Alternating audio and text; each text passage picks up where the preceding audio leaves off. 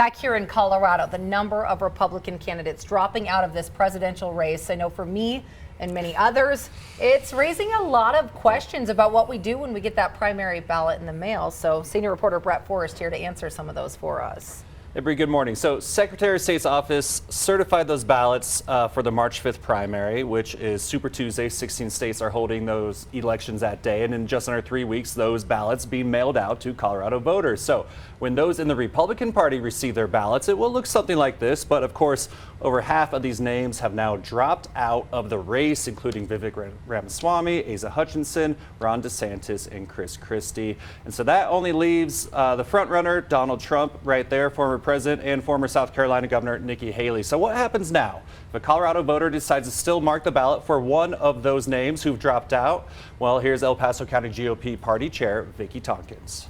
Just know that if you do vote for a person who has dropped out, while that vote would be counted, it cannot go forward simply because they're no longer a viable candidate.